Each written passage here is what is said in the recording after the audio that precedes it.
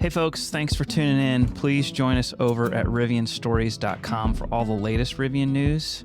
Maybe pick up yourself a t-shirt while you're there. Thanks.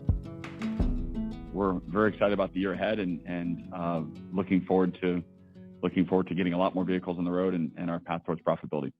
Thank you, everyone. This concludes today's conference call. Thank you for participating. You may now disconnect.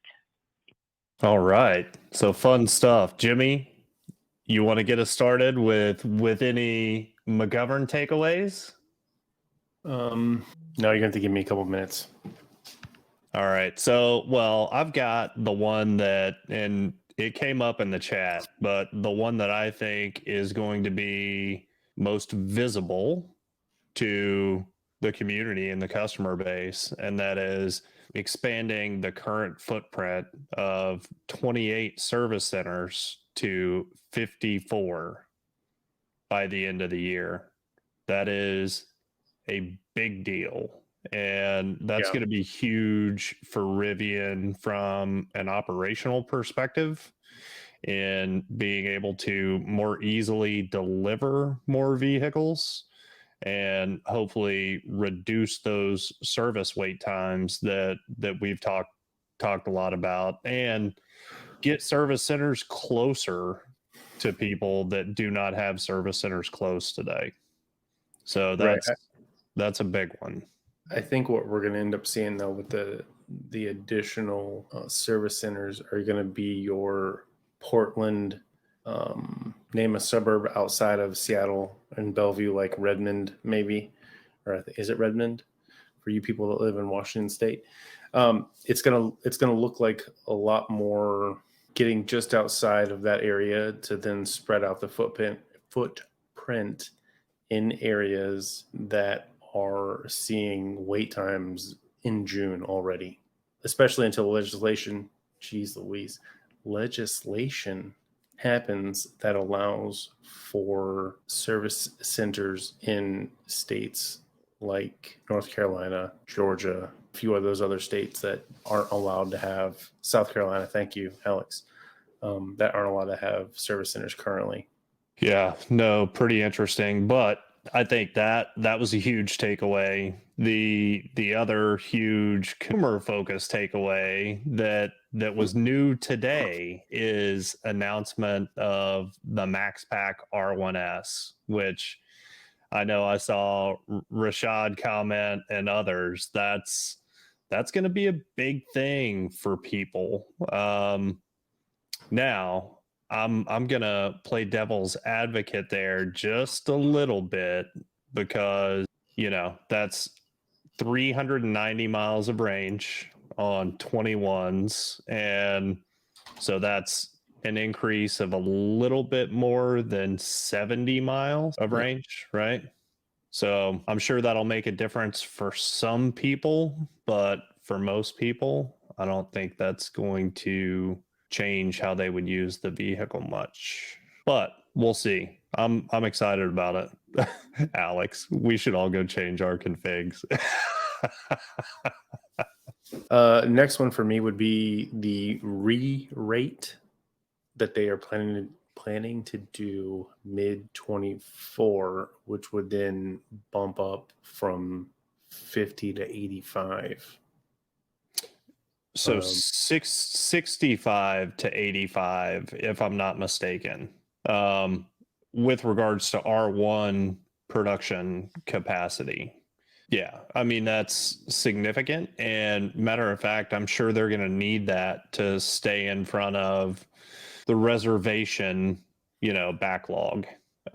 Because, man, I'll tell you what, I know, and granted, they're not talking about this yet, but they've mentioned the backlog into 2024 with the reservations that are on the books today. But so many of the people that see R1Ts or my R1S, they're like, how much does it cost to reserve one? And how soon would I get it? People are still plunking down the reservations at current prices, even that do not qualify for, the federal tax incentives. I think people see the value in the vehicles and are impressed by them. So we'll see. From a financial perspective, the news that I thought was big was that, yeah, they're forecasting positive gross margins in 2024. And obviously, over the course of 2023, the burn rate, the cash that they're burning is going to go down. And with $11.5 billion of cash in the bank, that does provide them pretty good runway, right? And mentioning that 2025 is really that sweet spot where they're going to be able to hopefully not only more than cover costs, but Claire mentioned something about investing in the future of Rivian. So who knows when shareholders will actually see something like a dividend, but hopefully I'm just hoping that means that the stock price goes back up and stays up, because I invested. I'm normally a pretty conservative investor. I invested too much in Rivian and took it in the pants. Yeah, you and me both, bud. You and me both. Yeah, conundrum. I don't think, unless I heard wrong, I thought it was more like an additional 5% when it came to microtransactions, not 25%.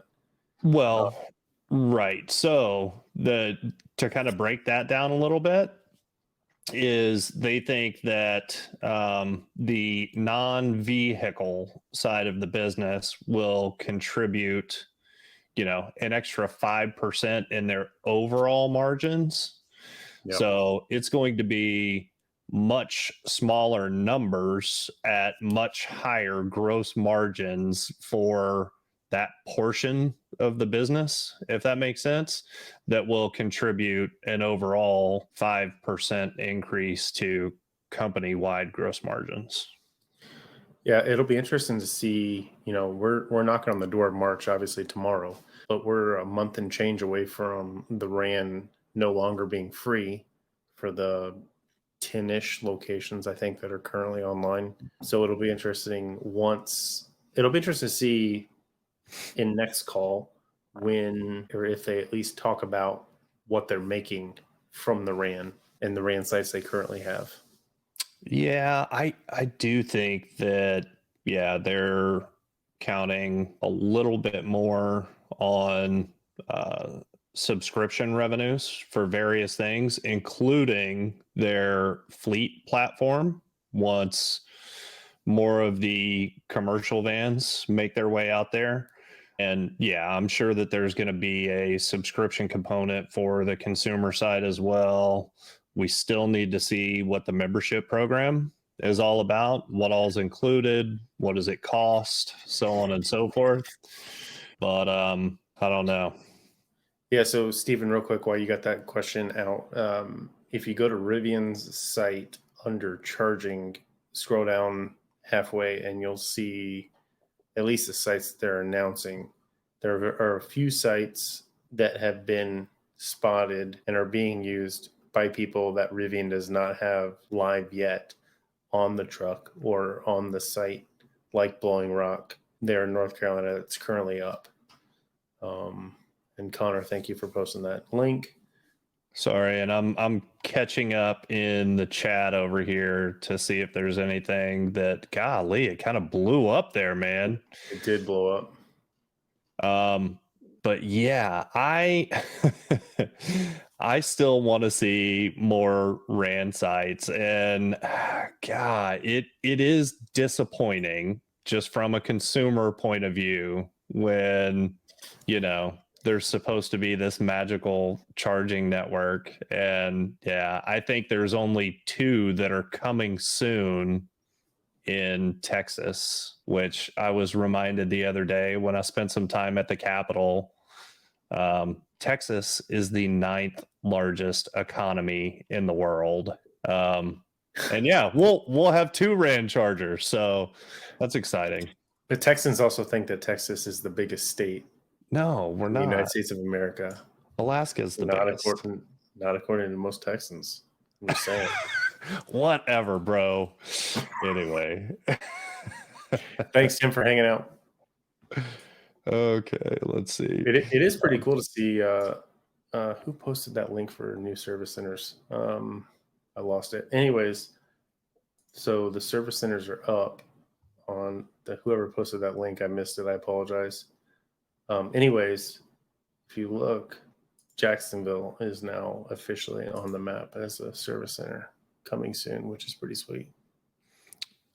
Yep. So Rashad just asked, what is the difference between kind of pre-orders and reservation holders?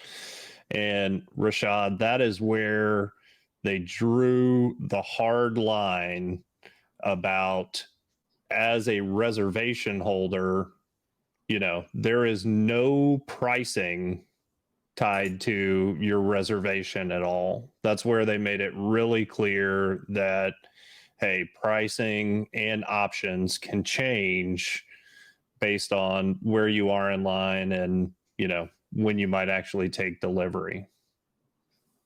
And Bob, yes, you are correct. Bob said Texas is crazy cheap for Electrify America. Jimmy, I think Florida is as well because it's by the minute. Yeah. So Bob, 100%. I actually did some charging, not this last weekend, but the weekend before. And because I was getting faster charging, I was lower in state of charge, so I was getting good speeds. It was like 8 or 9 cents a kilowatt hour, which is less than I pay charging at home. So pretty impressive, but also not a sustainable business model, in my opinion. I want to say, Manny, that there are still some sites in Florida that are by minute, not by kilowatt hour. I want to say that EVgo is still by minute. I could be wrong. Well, cool. And yeah, and an update for those that are here that did not know, which I don't know if anybody knows, but Kyle had an emergency appendectomy late last week, Jimmy. Is that right? Yeah, when early Wednesday morning. Okay. Yep. And yeah, we actually tried to record with him yesterday, and he had to go rest. So anyway. Yep. So thoughts and prayers for the entire Schultz family. Yep. He's still on the road to recovery. Okay. And let's see. Latest distribution of BIL funds. Oh, infrastructure bill. The NEVI program. I don't know. I'm not following that one, but I do think that Rivian is going to want to have stations that they submit for federal funding under the infrastructure bill, the National Electric Vehicle Infrastructure Program. And that means that those could not be Rivian specific. They're going to have to open it up, and I hope that helps us see more Rivian Adventure Network charging stations, because I haven't been able to use one yet, but I've heard that they work amazingly. Yeah. Mike, you said that there were 20 RANs. I had no idea that there were that many open already, with 99.2% of them being on the West Coast. That's insane. Yeah. So middle of the country soon, I hope. Other than Colorado had got what? The first two, something like that. And Gerald's asking about NEVI funding requiring them to be built along alternative fuel corridors. So no, there have been alternative fuel corridors that are planned, which is major highways and interstates. The requirement there is that there are charging stations that qualify every 50 or meet their requirements every 50 miles. The federal requirement for rural locations is to have charging sites that meet their spec every 100 miles. The plan here in Texas, because the states are actually responsible for the plans, they submit that to USDOT. Here in Texas, the plan is even in rural locations, every 70 miles is what Texas has written their plan to. So, well, cool. So, any other questions or any other comments? Anything else that we should talk about before we wrap things up? I've got one, but I don't know if I'm allowed to share it based off of that email that you and I got today. Embargo was over at 4:15 p.m., Jimmy. Yeah, for the thing going on in Georgia. Oh, yeah. Well, I would think that they only told us there was an embargo until 4:15 p.m. So I guess we can share with the group here.